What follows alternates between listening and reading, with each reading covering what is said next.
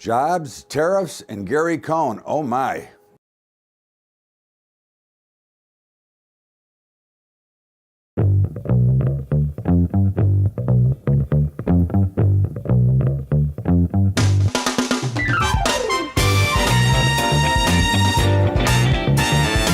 What's up, everybody? Welcome aboard. It's Bubba's Bottom Line, and of course, this is our weekly show in which we kind of go over last week's action and look in the upcoming action. I think last week we had some major stories and a lot of things happened. And of course, the markets pushed higher. The Nasdaq made another new record high after coming back from the depths of the downwards. And you know, again, we had a lot of things happen last week. I think obviously the first story of the week was the Gary Cohn resignation, and of course he resigned based on he didn't like what I guess Trump was doing with the tariffs and things like that, and it sent a shockwave through Wall Street on Tuesday night, sending the Dow down about 400 and the S&P down about 40 points, and it was pretty easy to see that was going to reverse. Now, again, I did not expect it to go all the way back up and yet finish the week like it did.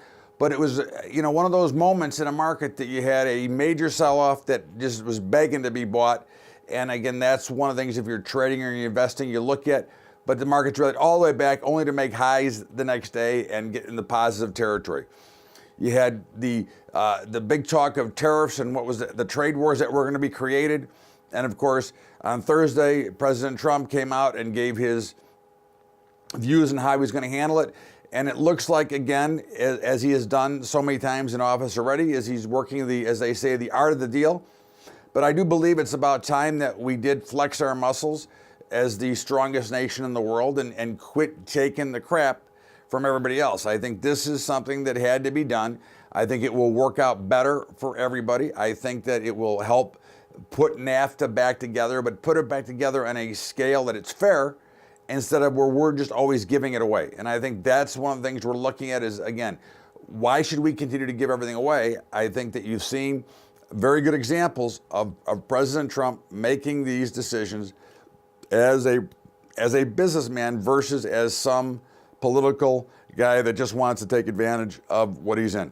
So I think that this is, again, a very good sign going forward. And of course, the jobs number on Friday was, I guess, a blowout number, if you want to look at it that way.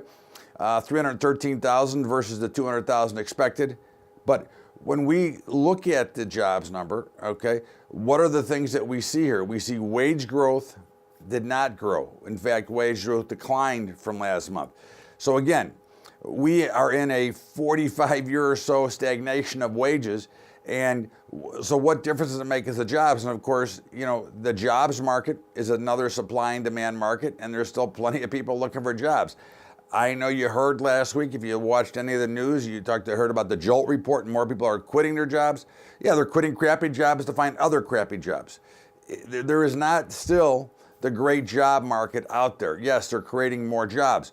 But again, part of this whole trade war, tariffs, and things like that is to build so that we can bring manufacturing back into this country and start to see some really good jobs instead of continuing to provide more service jobs. I think that that's something that we have to look at from a real basis standpoint is where are we going from here? And are we going to see and experience true growth? And obviously, the Federal Reserve is mixed up again as usual, which we will cover in my commentary because again, unfortunately, they're an easy target, and unfortunately, the most powerful organization in the world is a weak target, which just is beyond me that we consider and look at it. But if we go back and look, so we saw last week we had a terrific run up in the markets after the beatdown. So now are we back up and are we going higher again? Well, I think if you take a look at the chart, what you're really going to see is you're going to see the charts are in mid-range from the highs and the lows. I think you're going to see that we're up at a resistance level. Now, again, that doesn't mean it's going to fail. Again, I still personally believe that the markets are headed lower. But this would be a key decision point from where we stand as to if the markets are going to go lower or not, because here we are right at resistance, and if they fail from here, that would be another lower high. That would be a sign that we're going to go down, at least test the bottom end of this range. If not, then we might break out and go to new highs. Again, there's no way to know it, and that's why we have to be very careful of how we try to play these markets. Here, if you're going to play as a trader, you'd want to be short first, but knowing that if it breaks out, then you'd have to reverse and cover your position. Because again, you are at the top end from a technical standpoint of a resistance level. I think another thing to take away from last week is the volume was actually pathetic, especially Friday, into a huge number. Okay, we did on Friday about 50% of new normal volume on that big rally.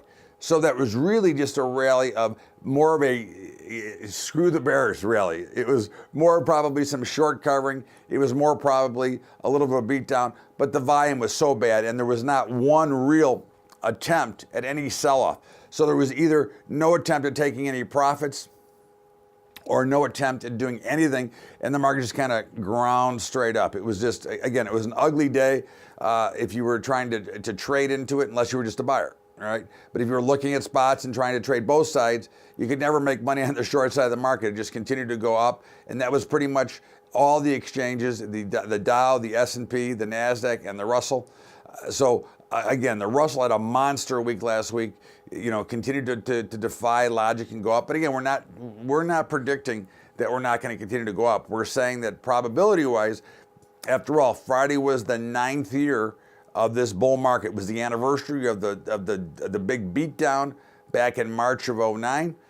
And here we have it. So we have the markets pushing higher. Now, I think we had a very, very good week for farmers last week. I think this was a big week up. Now again, soybeans and wheat were down, but they both exploded so much and have had such a nice rally. And corn continues to go higher. So I think we're looking at the agricultural products looking in very good shape. And of course, they had a USDA report, which is the same as a Fed report, I guess, because they don't know what's going on either.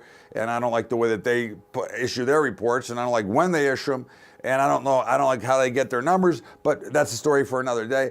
But in the meantime, they were very muted. They did not create any action whatsoever. And wheat and soybeans did have a little bit of a sell-off last week, but made sense. I mean, we've had such a big rally. I mean, you had about a 10% rally across the board. You would expect to see some selling pressure. Meats remained in a little bit of trouble there. We've had, however, fat cattle or live cattle actually came down to our support level, went a little bit below it, and then popped right back up again. Feeders look a little weak, but I think you want to be a buyer of feeders. And of course, the hogs continue to struggle or they get slaughtered. You like that? In the meantime, I think that those are a buy as well. So I'm very bullish right now, the ag space. In the grains, I would look for a little bit more of a pullback before I'd step in. Gold, again, gold looks to be it's struggling. I wrote an article on Tuesday, and I got questioned. I said, gold's struggling. It was up like $16 on Tuesday morning. And I go, so what? What does that mean? It was up against resistance and it failed. It did try to take out the bottom on Friday on the jobs report. It did actually rally back a little bit, but it wasn't very strong. So we're in a key area here in the gold market as to whether or not we're going to break down, okay, or we can break out the upside. Now, I think the probability favors a break to the downside. Again, I would not sell it where it is right now. I would look for a little bit of a rally to sell into it. But I think you want to watch for 1,300. If we break through 1,300, that brings those lows of 1,240 back into play. Now, longer term, very bullish gold, but short term, I don't think that I'd want to be jumping in right here. But if you're an investor, again, this is where you have to decide, are you trading or are you investing? If you're an investor, then you can buy it anytime because you're going to hold it. If you're going to buy it with money that you have and not money that you're going to have to chase down. So certainly, gold and silver are fine. I do like silver better at this point. I think silver's got a lesser potential downside with a bigger potential upside right now. So that would be something that I would look at. You had oil markets had a big rally on Friday to salvage the week, but you just take note. Oil traded below 60 for a few minutes last week. I'm believing that the next target is 58. I don't think we're going much higher. I think the big blow off on Friday was more of a short covering rally and nothing else, okay? I think, again, you have to look at the overall pattern. Forget about the fundamental stuff. Forget about all the data out there. Let's just look at the product that's trading. So you have to just understand that and look from it from that perspective. I think that oil is, again, I believe oil is going to be possibly this year in the 40s before it's all said and done. I've had this debate with many on Twitter, and some have called for 70, and I said we would see 55 or 58 before we would see 70, and I don't think we'll see 70. That's a trade. That's what makes a market. We're on two sides of the market here. But I think when you look at everything that's going on, bond market has temporarily found a bottom. But I think what you're seeing here is the 38-year bull market in bonds is now a bear market, which means that interest rates are going higher. But last week we had a little bit of a pause. If you take a look at the chart, you'll see the 30-year and the 10 years were kind of consolidating on the bottom end of the range. Look to sell rallies in here. I think that's, again, the overall view that we have to take. There's no reason for me to believe that we're going to go back into a bull market. I believe that interest rates are going higher. I believe that the dollar is being suppressed by the Fed and central banks around the globe. I believe that that's the last hope that they have to keep this market under control. And I think they will fail, as they've always done in the past. So there's nothing there for me to believe that this time is going to be different, because it is never different when you look at it. I think you look at the cryptocurrencies, pretty much of a rough week. But I guess is this the time to start to look to be a buyer? And I think it probably is. I don't know that it's the Bitcoin present. We always recognize Bitcoin as the main key name, but there's obviously 2,100 others out there that you may want to look into if you're a player there. Again, I'm not saying you should go into that market. I do believe that everybody should have some representation in that market, but I don't know that you should have, more than a couple of percentage points of what you're willing to invest in the cryptocurrency space. I think that's something that we have to look at and evaluate. So overall, last week was, a bullish week for equities, an okay week for farming products. And for the metals was just, again, a consolidation. Bitcoin a little bit lower, bonds consolidation. So, we've got a lot. And of course, the dollar is trying to break out. If you saw Thursday, the ECB decided, once again, surprise, to leave rates unchanged. Oh, okay. Gee, I'm shocked that these central bankers would do that again. But of course, that actually spiked the euro currency, and then it got collapsed. It got killed. And again, the dollar is pushing up against a level. So we'll see. And we're going to step out here for a break. This is Bubba's Bottom Line, Todd Bubba Horwitz. And of course, first thing I'm going to tell you about is on Saturday, next Saturday, the 17th, I'm doing a webinar for farming and how to hedge your farm.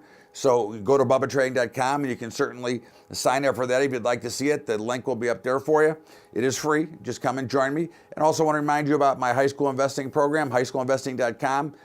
We've been doing this again for 7 years, and we're trying to continue to do it, but it's becoming an albatross around me because I give it away for free. And of course, it's a very expensive program. The software alone costs about $30,000 a year. So if you'd like to help out, go to patreon.com/Bubba Trading, and you can help us out there. In the meantime, don't forget to get the Bubba Show every day from 4 to 5 Eastern Time at LibertyTalk.fm. And now let's get back to the show. Welcome back to Bubba's Bottom Line, and of course, Todd Bubba Horwitz with you. And there's been a lot of talk of what's going on and how we see things. And of course, we did talk about the jobs number, but again, the jobs number was no big deal. It's no great shakes. And the other thing is it'll probably be revised. All right. So, I think that you have to understand where we are and where it stands. We had a big week of talk about the tariffs and the potential trade wars. Now, again, I'm very much against the way we've always done things. We've done things the same way for as long as I can remember. And of course, we always just say, well, that's the way we've always done it. But I think this is the wrong time to say that.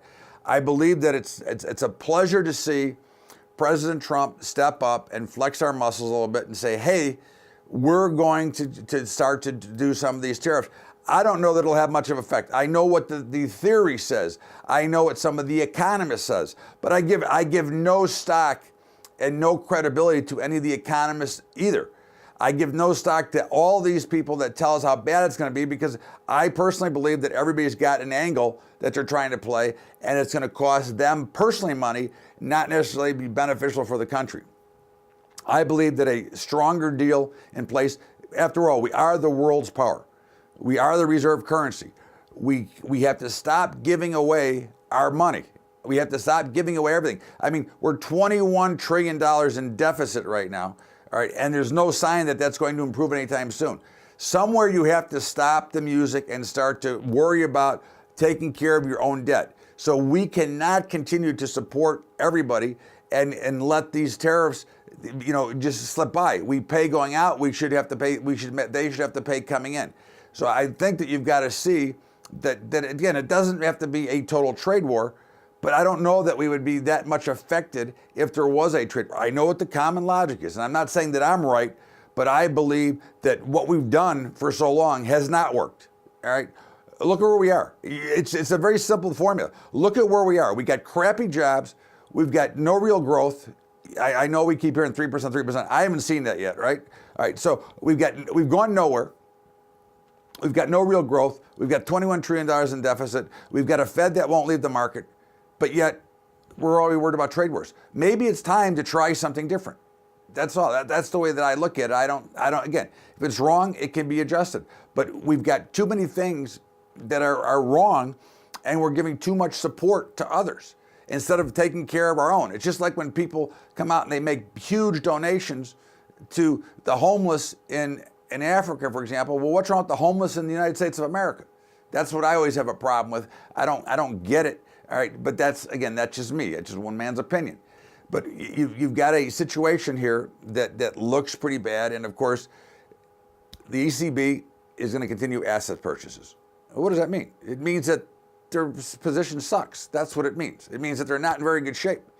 All right, so when you continue to look at all the factors that are around in this market, all right, what does it mean to everybody? And I think that this is the story, that we are not in very good shape.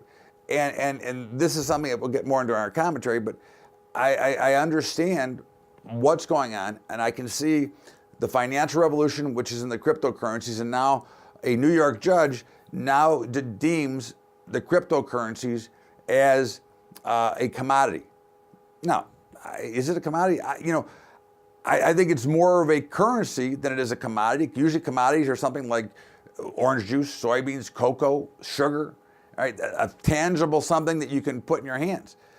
I think it's more of a currency. I mean, look, the piece of paper you carry, the fiat currency you carry, is the same as a Bitcoin, except you don't have the paper. You have it in an electronic wallet.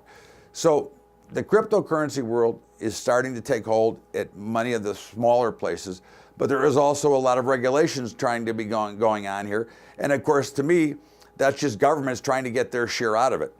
And we'll see how that plays out. But the question is, do these regulations, does the government interference, does that actually create a bigger bid for these cryptocurrencies? Have they reached their low point of misery where it should be time to be buying them?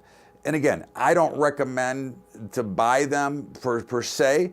I believe that we should be invested in them. I think they should be part of your portfolio and a very small portion of that.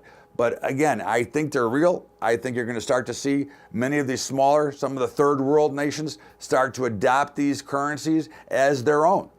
So I think you're going to see there's a lot of meddling going on, and a lot of people are concerned. And of course, this is the problem with big governments taking over. We look at some of the big governments around the world. Japan, they own 55% or 60% of their own stock market. What does that make it real? We have this big problem with all of this manipulation. We have this big problem with the manipulation of currencies. There, I go back to, I want to see the free market, okay? In like the free market in cryptocurrencies, I want to see the free market in everything that we do, all right? Now, on the tariffs, what does that mean for NAFTA? Okay, I think that I think that we get a deal done with NAFTA that is fair for everybody. Remember, when we ship out, okay, like I believe wheat, there's a quota of how much you can actually ship. So what good is NAFTA as it stands if we have a quota for what we can ship, but they can ship in as much as they want? Again, to me, things logically don't always make sense, and I think that we have a bunch of things that need to be resolved, a bunch of problems that are done.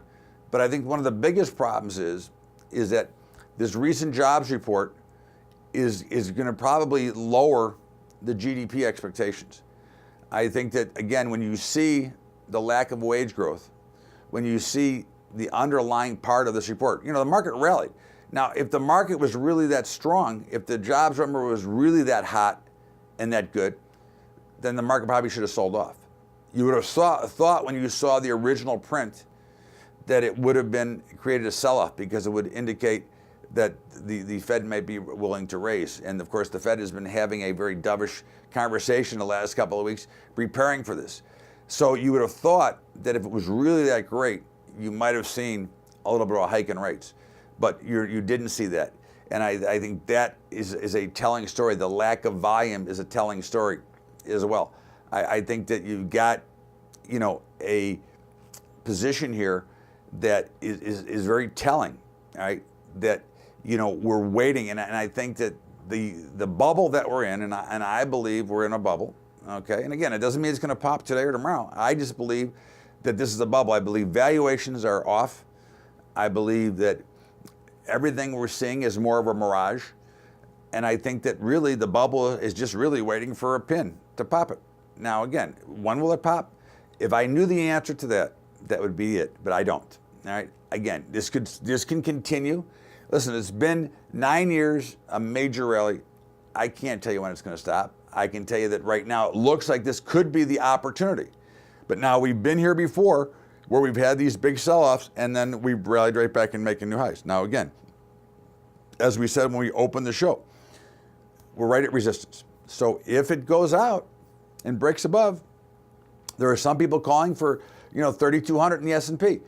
I mean, I don't go out that far, but it could happen. And again, it would not totally shock me that this bubble could continue to grow. You can't, obviously trying to time when a bubble is going to pop. That is really comes down to what the investors are doing. And I think one of the things we have to look at here is the interest rate market, the 10 years. I believe the 10 years are going to go over 3% in the next couple of weeks. Okay, maybe this week. So if that happens, I believe that will take some money out of the market. Okay, I believe there's a lot of people that would really like to be out of the stock market right now. Again, not because there's anything wrong with the market, but if you're 65 years old or 70 years old and you've got all your money in the stock market right now, are you prepared to take another hit? And I think that's a problem that we see. All right, because those people do not want to be in the markets. I think you tie that in with the record amount of buybacks at the worst possible time. All right? Again, this is all creating more debt. This is part of the debt bomb that we're seeing. You're creating more debt to buy back stock because rates are so cheap. So when those rates go up, what happens? What happens to all these valuations that are based on rates that obviously have been ridiculous? I mean, you realize this? I think it's 10 years since we've seen a 2% rate at the Fed. So there's so many things going on here that don't make a lot of sense. Now again, it doesn't have to make sense for it to go up. I don't want anybody to think that you can only sell this market. Certainly, I'm still buying in my retirement account. I'm not selling in my retirement account. I've never sold in my retirement account. I continue to buy. I continue to put money in, and I continue to, again, buy highs, lows. I'm not thinking about it. Of course, I do hedge that, but you can't, again, if you're investing with money that you have that you can afford, you can go ahead and put it in, because you'd rather be in the market than in cash. Even if the market comes off a little bit, it's always come back, and we do have an 8% year-over-year number. So there's nothing to be worried about there. So again, even though we do think it's a bubble, even though we do think the bubble is going to pop, and even though we think there's going to be some carnage, investors should close their eyes and continue to invest. Don't try to outsmart it. Know that if tomorrow is the end of the bubble and we pop, 10 years from now, we'll be higher than we are today, most likely. So it will continue the same pattern. In the meantime, we're going to step out here for our final break and come back with my commentary. This is Bubba's Bottom Line, Todd Bubba Horwitz, and of course, remind you, Saturday, March 17th at noon Eastern Time, I will be doing a webinar for farmers on how to hedge the farm. Also want to remind you about my highschoolinvesting.com program. Again, we give to high schools, and if you're not familiar with it, we are out in 340 high schools right now. We're trying to get obviously to 30,000, but we give away the program so the school district, nobody has any cost. I eat all the costs, but I'm now looking for some help. And if you'd like to help out, go to Patreon, Patreon.com facebook.com/Bubba Trading. And of course, don't forget to catch the Bubba Show every day at 4 to 5 Eastern Time on LibertyTalk.fm. And don't forget, we got the NCAAs coming up this week. Very exciting. In the meantime, let's get back to the show. And welcome back to Bubba's Bottom Line. And of course, you know it's my commentary piece, and who would have wondered that it would be about the Federal Reserve? But, you know, look, the Fed is so antiquated. Again, I'm a believer that they should have never been created. But they are. Here's what we have. But they're so far behind the times, and their history shows that they've never pulled out and made the right decision at the right time. They have created more bubbles and more problems than anybody. And again, this is something that they've done since 1980. They have created every bubble based on their monetary policy, which is ridiculous. I think that the Fed shows you how weak they are and how thin-skinned they are because, again, we've been at these rates forever. We keep hearing about how good the economy is. Why can't they hike rates? Why are they so concerned? Why are they sending out dovish messages when the bottom line is that rates should be higher because that would free up liquidity for the average borrower who needs the money? Okay, you know, again, they want a loan to people who don't need the money. That's always a great story, right? But in the meantime, their willingness to suppress the dollar with the other central banks around the world, including the ECB, okay, they're trying to keep pressure on the U.S. dollar because for global borrowing, which there's a ton of global borrowing, right? In fact, it may be bigger than locally. The global borrowing, if they keep the dollar suppressed, that allows, for example, the euro currency trading at $1.25 approximately, that gives them a 25% discount when they borrow from the United States. Now, that changes what happens to all their rates. That's one of the big concerns with the suppression of the dollar, is if the dollar gets away, and I do believe the dollar is going to break out to the upside. I do believe that this year the dollar could possibly trade par again, which is $1. Okay, right now it's trading at 90 cents, let's say. I believe it can trade par this year. So again, this is a rocket ship getting pushed down. This is like the old balsa wood airplanes we used to fly, used to wind the propeller. It's getting so tight right now that it can only pop. And if the dollar pops above, watch out. Again, that's been our theory on what's going to cause and create the black swan in the market, is a stronger dollar. Because again, if you remember back when Caterpillar wasn't making the earnings, well, the dollar was too strong. All these global companies, why they don't hedge the dollar, that's another story, because they should. It's pretty easy to do. But they continue to complain. So there's a lot of reasons that you can believe that they're going to try to suppress it. But like the bond market, as we said about a year ago, the bond market doesn't care about what the Fed wants to do, and at some point they're going to take over, which they have done. We have now seen treasuries get creamed, and we've seen the 10-year notes come up and getting ready to penetrate 3%. So I think that's something that you have to look at and have to try to understand. Right? I think that the dollar will do the same thing. I think that eventually some of the free markets that are big markets will eventually defy what the Fed wants, which is why the Fed is always wrong. The Fed should have been raising rates all along and let the market take the beating that it's going to take instead of worrying about the stock market instead about you and me.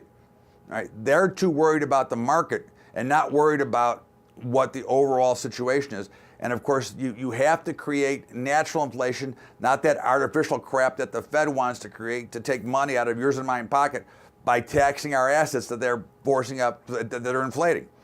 So again, I think you'll see the dollar I believe will take off soon. I think that the next time up, which we're right about there, it breaks out, it goes up pretty good. That affects the interest rate market, that affects every other market, and I think that will be one of the issues that will help create this self in the market. Now again, will it happen tomorrow? I don't know. It'll happen when it happens, but that's my warning, that's my preparation, and I want you to be prepared because at the end of the day, it's about being prepared for the technical aspects of the market. Forget about the overall news. Remember to focus on the footprint of the market because we know that the Fed has no clue. This is Bubba's Bottom Line, and again, I thank you all for being here, and remember to catch the Bubba Show every day at 4 to 5 Eastern Time. And of course, we got NCAAs this weekend, so we'll have picks on Bubba's Daily Updates. If you're a fan, we'll have our picks every day. In the meantime, have a great weekend, everybody. Thank you so much for being a part of Bubba's Bottom Line. We'll see you next week right here. Bubba's Bottom Line, Todd Bubba Horwitz. Have a great weekend, everybody. We'll see you later.